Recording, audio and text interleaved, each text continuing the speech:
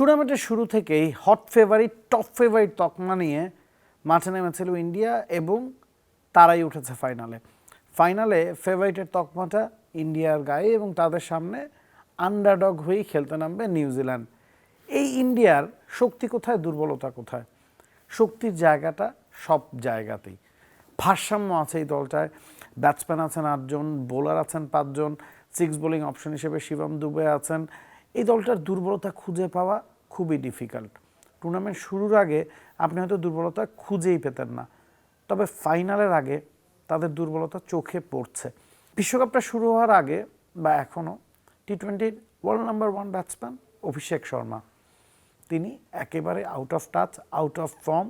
এবং টি-20 1 number bowler Varun Chakraborty, যিনি ভারতের হয়ে এই টুর্নামেন্টে এখন পর্যন্ত টপ উইকেট টেকার, তার ইকোনমি রেটটা ভারতকে চিন্তায় ফেলছে। সব মশার বিরুদ্ধে সুরক্ষা দিতে এলো বসুন্ধরা এক্সট্রিম অ্যারোসল, মশার বিরুদ্ধে এক্সট্রিম সুরক্ষা। অভিষেক শর্মা 7 ইনিংসে এখন পর্যন্ত 100 রান করতে পারেনি, 89 রান করেছেন। তার স্ট্রাইক রেট ভারতের যেই 7 জন ব্যাটার খেলছেন বা 8 জন ব্যাটার খেলছেন সবচেয়ে কম 130। তার ফর্মে ফেরাটা ভারতের জন্য খুব জরুরি। তিনি একাদশে থাকবেন কিনা সেই প্রশ্ন নাই।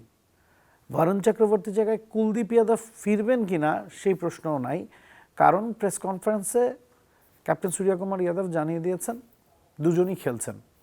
তো যে কথাবার্তা চলছিল যে অভিষেক শর্মাকে ড্রপ করে রিঙ্কু সিং আসবেন কিনা বা বরুণের জায়গায় কুলদীপ আসবেন কিনা, সেই প্রশ্নের উত্তর মিলে গেছে।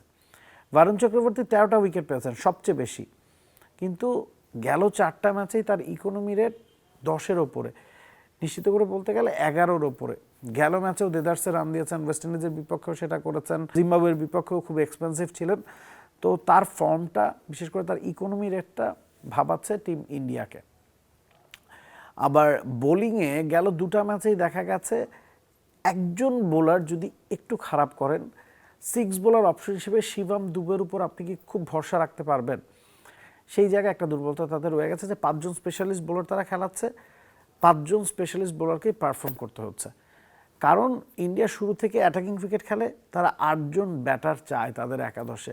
চাইলে আপনি হয়তো একজন ব্যাটসম্যান কম খেলিয়ে কুলদীপকেও ট্রাই করতে পারতেন, তবে ইন্ডিয়া সেই পথে হাঁটবে না। যেই ধরনের স্ট্র্যাটেজি নিয়ে তারা এই বিশ্বকাপে এসেছে, যেভাবে তারা সফল হয়েছে, সেটাতেই তারা ক্যারি করতে চাইছে। ইটস বিকজ তাদের ব্যাটসম্যানরা জানে ব্যাটিংয়ে ডেপথ আছে, শুরু থেকে তারা অল আউট ক্রিকেট খেলবে, যেটা খেলছেন সঞ্জু স্যামসন। শুরুতে টুর্নামেন্টের একাদশে ছিলেন না, মাত্র 4 ম্যাচ খেলেছেন।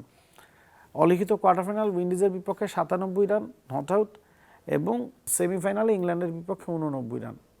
তার রান এখন পর্যন্ত এই টুর্নামেন্টে 232, 4 ম্যাচেই। Strike rate 201। ঈশান কিষান এখন পর্যন্ত এই টুর্নামেন্টে সবচেয়ে বেশি রান করেছেন ভারতের 263, তার স্ট্রাইক রেট 189। সূর্যকুমার যাদবের ফর্মটা খুব একটা ভালো যাচ্ছে তা না, এটা সবাই বলছেন। তারপর 242 রান কিন্তু ক্যাপ্টেন করেছেন 137 স্ট্রাইক রেটে। ইউএসের বিপক্ষে ম্যাচটা একাই জিতিয়েছিলেন 84 রানে একটা ইনিংস খেলে। তাদের মিডল অর্ডারে ফ্লেক্সিবিলিটি আছে। শিবম দুবে, হার্দিক পান্ডিয়া, আকসার প্যাটেল, তিলক ভার্মা, যে কাউকে আপনি যে কোনো জায়গায় খেলাতে পারেন। নিউজিল্যান্ডের হয়ে মাত্র 2 জন ব্যাটার 200-এর ওপর রান করেছেন, ফিন অ্যালেন এবং টিম সেইফার্ট। অন্যদিকে ইন্ডিয়ার হয়ে 4 জন 200-এর ওপর রান করেছেন। হার্দিক পান্ডিয়া, তিলক ভার্মা রানও এক্স্যাক্টলি 199, মানে 6 জন ব্যাটার 200-এর ওপর রান করেছেন। তো ওই জায়গায় রান করার দিক থেকে ইন্ডিয়া কিন্তু অনেকখানি এগিয়ে এবং তাদের ব্যাটিংয়ে ডেপথ আছে। বোলিংয়ের কথা যদি আপনি বলেন, জাসপ্রীত বুমরা একাই ম্যাচ জিতে পারেন। তার ইকোনমি, তার উইকেট সংখ্যা না দেখলেও আপনার চলবে। 10টা উইকেট তিনি পেয়েছেন, ইকোনমি 6.5-এর খানিকটা বেশি। তবে অন্য বোলাররা তুলনামূলক খরুচে নিউজিল্যান্ডের বোলারদের তুলনায়। নিউজিল্যান্ডের 2 স্পিনার রবীন্দ্র এবং মিচেল স্যান্ডার 6-এর ঘরের ইকোনমি। এদিকে বরুণ চক্রবর্তীর ইকোনমি পুরো টুর্নামেন্ট জুড়ে প্রায় 9-এর কাছাকাছি। আকসার প্যাটেলও ওভার প্রতি 8-এর উপর রান দিয়েছেন। আরদীপ সিং উইকেট পাচ্ছেন, 9টা উইকেট পাচ্ছেন। হার্দিক পান্ডিয়া উইকেট পাচ্ছেন, 8টা উইকেট তার নামের পাশে। তবে তাদের ইকোনমিও কিন্তু 8-এর ঘরে। তো বুমরা ছাড়া অন্য বোলারদের ইকোনমি একটু ভাবনার জায়গা ইন্ডিয়ার।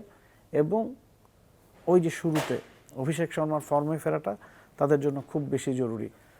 5th বোলিং অপশন তাদের প্রপার আছে 5 জন, তবে কেউ খারাপ করলে দলটা বিপদে পড়তেই পারে। নিউজিল্যান্ড কি পারবে শুরুতে অভিষেক শর্মাকে ফিরিয়ে দিতে?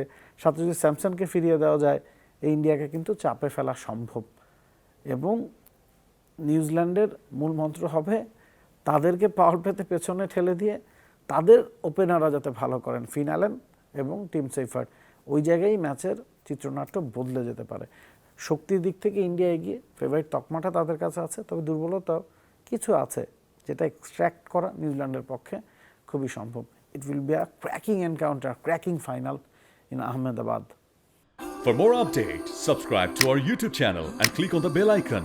Follow us on Facebook and Instagram. Download T-Sports app to enjoy exciting games and highlights. Visit tsports.com.